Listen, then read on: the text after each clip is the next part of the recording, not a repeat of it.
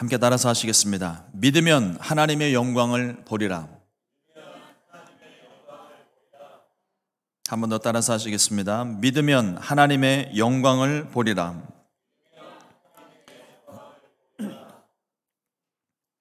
오늘 함께 봉독한 요한복음 11장 40절로 44절의 말씀을 가지고 믿으면 하나님의 영광을 보리라 하는 제목으로 함께 말씀의 은혜를 나누겠습니다. 오늘 말씀은 죽은 지 나흘이나 지나버린 나사로의 집에 예수님께서 찾아오시면서 일어났던 일을 우리 가운데 전하고 있습니다. 마르다와 마리아가 나사로가 병들었음을 예수님께 먼저 알렸어요.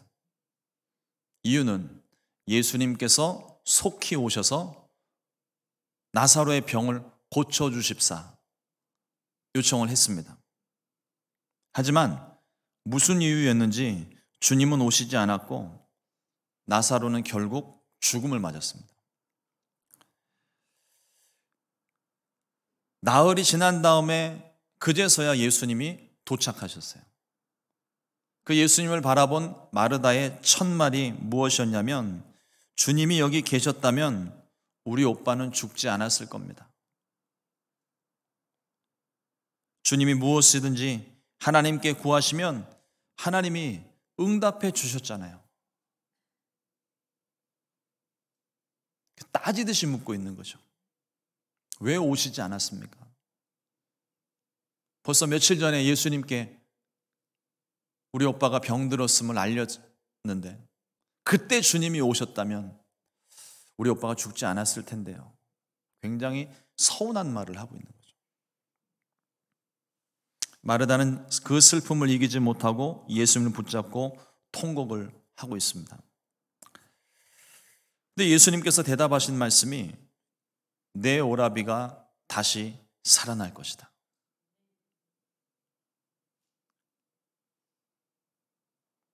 아멘입니다. 그런데 이 말을 들은 마르다의 대답이 뭐였냐면, 네 주님, 마지막 날 부활할 때는 우리가 다 살아날 겁니다. 여러분, 이게 믿음의 고백일까요? 저는 그렇게 들리지가 않습니다. 예수님께서 내 오라비가 살아날 것이다 라고 하신 그 말씀을 비꼬는 거예요. 비웃는 거예요. 마르다의 냉소적인 반응에 예수님이 그 자리에서 말없이 서 계셨습니다. 마르다보다는 마리아가 조금 더 주님을 더 사랑하고 주님을 잘 믿는 사람인 줄 알았는데 마리아도 마르다와 똑같이 이야기를 합니다. 토시 하나 틀리질 않아요. 그 마리아의 반응에는 예수님이 눈물마저 흘리고 계십니다. 이 눈물은 냉소에 대한, 사람들의 냉소에 대한 외로움의 표현입니다. 믿음 없음에 대한 안타까움이고 탄식의 눈물이에요. 곁에 있던 사람들도 예수님을 함께 조롱합니다. 맹인의 눈도 뜨게 했던 사람이 왜 나사로는 살리지를 못했는가? 왜 나사로는 고치지 못했는가? 사람들이 비웃습니다. 여러분, 예수님이 정말 능력이 없으셔서 그 병은 진짜 못 고칠 질병이니까 예수님이 아예 미리 아시고 오시지 않은 걸까요? 아니면 거리가 너무 멀어서 못 오신 걸까요? 더 많은 사람들을 고치고 치료했기 때문에 기력이 쇠해서 예수님이 못 고치셨을까요? 오늘 나사로의 죽음과 부활 사건을 통해서 예수님께서 우리에게 무엇을 말씀하고 계신지 오늘 말씀을 통해서 함께 은혜 나누고 믿음의 역사가 일어나기를 주님의 이름으로 축원합니다. 첫 번째로 예수님께서 의도하신 것이 있습니다. 예수님은 나사로가 죽었다는 소식을 들으시고 요한복음 11장 15절에 내가 거기 있지 아니한 것을 너희를 위하여 기뻐하노니 이는 너희로 믿게 하려 함이라. 오히려 나사로와 함께 있지 않음을 기뻐하신다고 이야기를 합니다. 또 앞선 11장 4절 말씀에는 이 병은 죽을 병이 아니라 하나님의 영광을 위하며 하나님의 아들이 이로 말미암아 영광을 받게 하려 함이라 말씀하셨습니다. 못 고칠 질병도 아니라는 얘기예요. 그리고 나사로의 죽음에 대해서 나사로가 잠들었다, 우리 함께 깨우러 가자 말씀하셨습니다. 죽은 지 나흘이나 지난 상황에도 마르다에게 내 오라비가 다시 살아날 것이다, 두말하지 않으셨습니다. 병들어 죽어가는 나사로를 향해, 그리고 죽은 나사로를 향해 예수님은 왜 이해할 수 없는 말씀만 계속 하시는 걸까요? 예수님은 나사로의 죽음을 통해서 자신이 하나님의 아들 되심을, 하나님께서 나를 보내셨음을 믿게 하는 기회로 삼으셨습니다. 사람들의 반응을 한번 보십시오. 사람들은 눈먼 자를 다시 보게 하고 풍랑을 잠잠하게 하고 기적을 행하시는 주님을 메시아로 믿고 따랐습니다. 그러나 그들은 한 번도 죽음에 대해서는 생각을 안 해봤어요. 하나님의 기적을 바라는 간절한 마음을 가지고도 에이, 설마 살아나겠어? 사람이 죽었는데 감히 그 기적이 일어날 것은 기대조차 못하고 있었습니다. 기본적으로 우리들의 생각은 사람이 죽으면 끝이라고 생각을 해요. 저도 수많은 장례들을 인도하고 또 가족 중에 이미 하나님의 부르심을 받은 가족들이 있습니다. 그 현장 가운데 있었음에도 저도 한 번도 죽은 사람을 놓고 하나님의 영광을 보이시고 이 사람 살려주십시오, 한 번도 그렇게 기도해 본 적이 없어요. 기본적으로 우리의 생각은 죽으면 끝이라고 생각을 합니다. 이 당시 사람이라고 뭐 다를 게 있었겠어요? 사람이 죽으면 끝이라고 모든 소망을 그때부터는 접어버립니다. 그러나 주님은 이미 나사로의 죽음과 다시 살아날 것을 계획하고 계셨습니다. 하나님이신 예수님에게 능치 못함이 없으십니다. 그러나 사람들은 믿지 않습니다. 경험해 보지를 않았으니 부정적으로 볼 수밖에 없습니다. 그러나 믿음이란 밧줄에 의지한 채 번지 점프를 하는 것과 같습니다. 눈에 보이는 것을 믿는 것은 참 쉽습니다. 경우에 따라서는 눈에 보이는 것조차 믿지 못할 때도 있습니다. 저도 아직 한 번도 번지 점프를 해보지는 못했는데 사람 팔뚝만한 밧줄을 다리에다 묶어놓고 모든 안전장치를 다 해놓습니다. 그렇게 안전장치를 하고 모든 것이 안전하다고 앞에 뛴 사람 보고도 무서워하면서 다리가 후들후들, 사람들이 쉽게 뛰어내리지를 못합니다. 하물며 보이지 않는 것, 경험해보지 못한 것을 믿는다는 것은 정말 쉽지 않은 일입니다. 그렇습니다. 믿음은 쉽지 않은 일이에요. 그러나 믿음에는 가치가 있습니다. 눈에 보이는 것이 전부가 아닙니다. 존재하지만 보이지 않는 것도 있습니다. 바로 하나님의 손입니다. 하나님의 구원의 손은 반드시 존재하는데 우리 눈에는 쉽게 보이지가 않습니다. 하나님의 구원의 손은 눈으로 확인할 수도 없고 증명할 수도 없고 언제나 우리 곁에 계시고 도우시고 지켜주시는 손길입니다. 그게 믿음의 가치입니다. 그러므로 주님을 믿고 기적을 경험할 수 있게 되시기를 주님의 이름으로 축원을 드립니다. 둘째로 이 나사로의 사건 가운데 예수님의 뜻이 담겨 있습니다. 그 뜻은 하나님의 영광을 나타내는 것, 죽은 자를 살려내는 것, 그게 하나님의 뜻이었어요. 예수님은 생명의 주인이십니다. 예수님께서도 말씀하시기를 요한복음 11장 25절로 26절에 예수께서 이르시되 나는 부활이요 생명이니 나를 믿는 자는 죽어도 살겠고 무릇 살아서 나를 믿는 자는 영원히 죽지 아니하리니 이것을 내가 믿느냐. 예수님 말씀하십니다. 부활이요 생명이니. 당연히 이 말씀을 믿습니다. 우리 중에 누구도 이 말씀을 믿지 않는 사람이 없어요. 그런데 실제로 내 가족 중에 누군가 죽음을 맞이했을 때, 내 사랑하는 가족이 내 곁을 떠나 하나님 품에 안기면 그러면 어떨까요? 우리도 마르다처럼 믿는 것이 아닙니까? 네, 주님 다시 오시면 다시 부활하겠죠. 여러분, 이 말씀이 여러분 어떻게 들리시는지 모르겠어요. 저는 이 말씀이 체념처럼 들려요. 다 포기한 것 같아요. 하나님이신 예수님을 눈앞에 두고서도 믿음이 없어서 다시 살아날 것을 상상도 못 해봤으니까 모든 걸 다 포기하고 네, 주님 다시 오시는 그때는 다 살아나겠죠. 어쩌면 우리가 영원히 극복하지 못할 우리의 한계일 수도 있습니다. 죽으면 끝이라는 생각. 저도 한 사람의 죽음 앞에서 하나님 제발 살려주십시오. 제발 살려주십시오. 기도했지만 현실 앞에서 무너지고 말았습니다. 왜 그랬을까? 말씀을 묵상하면서 왜 그랬을까? 깨닫는 것이 거기에는 하나님의 뜻이 없었다는 겁니다. 다시 살리는 하나님의 의지가 없었습니다. 그러나 오늘 말씀 가운데는 하나님의 분명한 의지가 있습니다. 물론 일반적인 사건은 아니지만 예수님의 특별한 뜻이 여기에 있습니다. 이 병은 죽을 병이 아니라 하나님의 영광을 위한 것이고 아버지께서 나를 보내신 것을 그들로 믿게 하려 함이라. 주님께서 분명하게 그 뜻을 말씀하고 계십니다. 주님의 강한 의지가 담겨 있습니다. 예수님은 생명이십니다. 사람을 만드시고 그 코에 생기를 불어넣으신 분이십니다. 생명의 근원이신데 못하실 것이 무엇이 있겠습니까? 능치 못함이 없으신 하나님이십니다.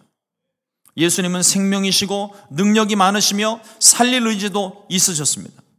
예수님은 사람들을 시켜 문어문을 열어놓고 큰 소리로 부르셨습니다. 나사로야 나오라.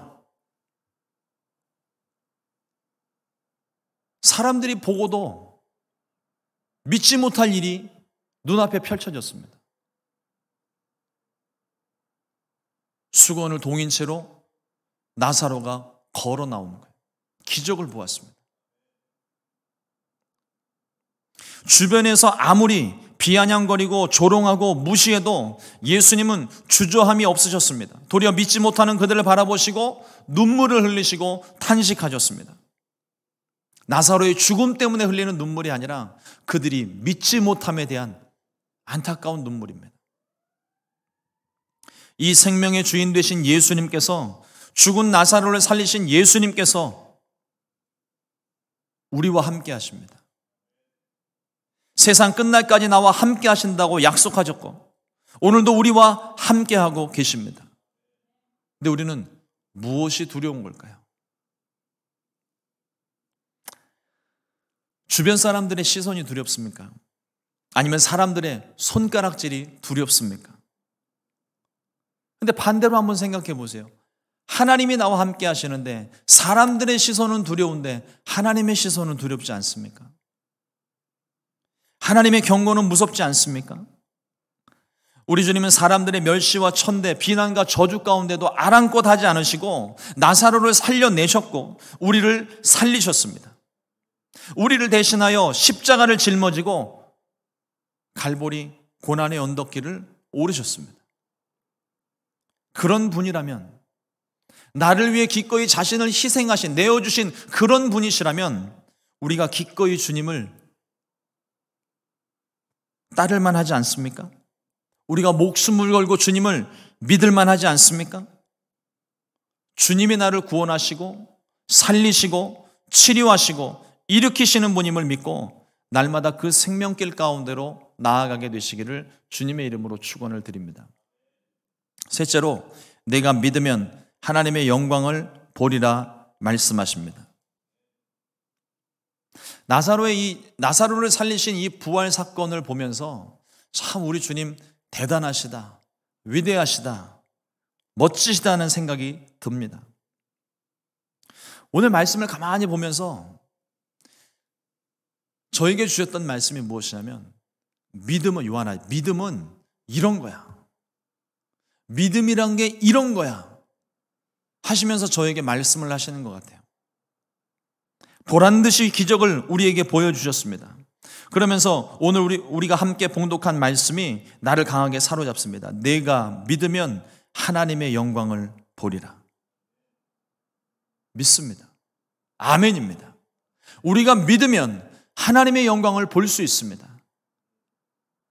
오늘 말씀 가운데 이 사건과 연관지어서 말씀을 조금 새롭게 해석해 보자면, 믿으면 기적을 보리라 말씀을 하시는 거예요. 우리가 믿음이 없어서 그 기적을 보지를 못하는 겁니다. 하나님의 뜻이 있었고 이미 그 기적은 우리 삶 가운데 일어나고 있습니다. 그런데 우리는 믿음이 없어서 일어나고 있는 기적조차도 우리는 눈으로 보지를 못하는 거예요. 깨닫지를 못하고 있습니다. 나의 간구와 기도가 내 욕심대로라면, 내 정욕대로 구하는 것이라면 하나님의 영광은, 하나님의 기적은 일어나지 않습니다. 하지만 하나님의 뜻대로 구하는 것이라면 하나님의 영광은 반드시 나타납니다. 요한복음 15장 7절 말씀에 너희가 내 안에 거하고 내 말이 너희 안에 거하면 무엇이든지 원하는 대로 구하라. 그리하면 이루리라. 우리는 문제를 만나게 되면 시간을 정해놓고 날짜를 정해놓고 하나님께 기도합니다. 하나님 이렇게 해주십시오. 저렇게 해주십시오. 몇 날 며칠 몇 시까지 하나님 이것에 응답해 주셔야만 합니다. 그렇게 하나님께 기도하죠. 그러나 우리 하나님은요, 내가 정한 시간대로 움직이시는 하나님이 아니에요. 아무리 우리가 데드라인을 정해놨어도 하나님께서 역사하실 때는 데드라인이 소용이 없습니다. 시간을 되돌릴 수 있는 분이에요. 모든 걸 뒤바꿔 놓으실 수 있는 분이십니다. 모든 것을 처음으로 되돌릴 수 있는 하나님이십니다. 우리에게는 한계가 있을지 몰라도 하나님께는 한계가 없습니다. 수많은 죽음을 보았지만 죽은 사람이 살아난다는 생각 한 번도 해보지 못했습니다. 그런데 하나님께서 오늘 말씀을 통하여 크고 은밀한 일을 우리에게 보여주셨습니다. 죽은 사람이 살아났어요.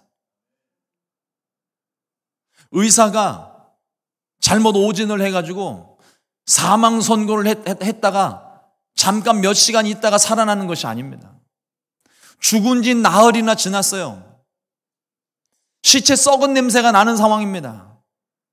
그런데 하나님께서, 예수님께서 무덤 문을 열고 나사로를 부르실 때 나사로가 수건을 동인 채 걸어 나오는 기적이 일어납니다. 우리가 상상할 수 있고 충분히 기대할 수 있는 일이라면 그것은 기적이 아닙니다. 예상했던 대로 되는 것이죠. 기적은 우리의 상상을 초월하여 나타납니다. 기대하지조차 않았던 일들이 우리 눈앞에 일어나는 것을 말합니다. 그 결과로 우리가 얻게 되는 것이 믿음이에요. 믿음도 아주 자신감 넘치는 믿음입니다. 세상을 변화시키는 배짱 있는 믿음입니다. 사랑하는 성도 여러분, 기적에 머물지 마세요. 기적의 현상에 현혹되지 마세요. 기적을 통해서 믿음을 얻어야 되는 것입니다. 기적을 통해서 주님을 만나야 되는 거예요. 그 기적 속에 역사하시는 주님을 발견할 수 있기를 주님의 이름으로 축원합니다. 이 믿음을 얻게 되면 죽은 자가 살아나고 데드라인이 넘어가고 불가능한 일조차도 상상할 수 없는 일들도 하나님이 가장 좋은 때에 가장 좋은 것으로 주신 분이심을 믿기 때문에, 그렇기 때문에 우리에게 두려움이 없는 거예요. 무슨 일을 만나도 우리는 두려움이 없습니다. 물러섬이 없는 것입니다. 낙심하지 않습니다. 믿음은 자전거를 타는 원리와 똑같습니다. 자전거를 탈 때 먼저 중심 잡고 난 다음에 그렇게 출발하는 사람이 없어요. 자전거는 심호흡 한번 하고 페달을 힘껏 밟으면서 앞으로 나가면서 중심을 잡는 겁니다. 근데 우리는 모든 걸 갖춰놓고 모든 게 갖춰져야 시작하려고 해요. 주님이 원하시는 건 그게 아닙니다. 나와 함께 가자. 아직 불안전해도 좋아. 아직 중심 잡지 않아도 괜찮아. 내가 도와줄게.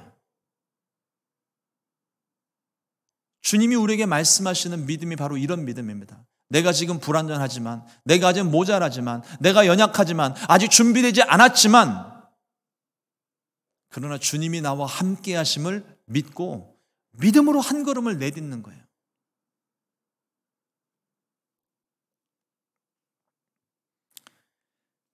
그러면 우리가 하나님의 영광을 보게 되는 것입니다. 내가 믿으면 하나님의 영광을 보리라. 믿으면 기적이 일어납니다. 믿으면 하나님의 놀라운 복을 얻게 되는 것입니다. 문제를 만났을 때 하나님은 보이지 않고 느껴지지도 않아서 의심하며 고민했던 순간들이 있었습니다. 시간이 흐르고 크고 작은 문제들을 많이 겪으면서 결국 내가 얼마나 하나님을 신뢰하고 있는가의 문제였다는 것을 어렴풋이 알기 시작합니다. 이제는 조금 알 것 같아요. 예수님께서 십자가에서 돌아가셨을 때 제자들은 불안에 떨었습니다. 낙심하고 절망하며 고향으로 돌아갔습니다. 그러나 부활의 주님이 찾아오셨고 그들이 그 주님을 만나고 모든 불안함이 사라졌어요. 그들에게 믿음이 생겨났습니다. 그리고 그 믿음 위에 성령이 임하셨습니다. 이후로 제자들은 두려움 없이 담대함으로, 아직 그들은 여전히 부족하고 아직도 적은 숫자이고 힘도 없고 아무런 능력도 없는 것 같지만 나와 함께 하시는 주님과 함께 온 세상에 복음을 선포하기 시작을 했습니다. 사랑하는 성도 여러분, 믿음을 갖게 되시기를 주님의 이름으로 축원합니다. 마지막 날에 주께서 우리에게 찾으시는 것도 믿음이에요. 그러나 인자가 올 때에 세상에서 믿음을 보겠느냐 하셨습니다. 인간적인 다른 계산하지 말고 순수한 믿음을 갖게 되시기를 주님의 이름으로 축원합니다. 주는 그리스도시고 살아계신 하나님의 아들, 그리고 나의 왕 되심을, 주인 되심을 믿는 그 믿음 위에 성령께서 임하실 줄로 믿습니다. 그리고 믿으면 마침내 하나님의 영광을 보게 될 것입니다. 믿으면 하나님의 기적도 일어나는 것입니다. 주님께서 말씀하십니다. 내 믿은 대로 될지어다. 마지막 날 주님 오시는 날까지 이 믿음을 지키고 마침내 하나님의 영광을 보게 되시기를 주님의 이름으로 축원을 드립니다. 주님의 이름으로 축원합니다. 기도하겠습니다.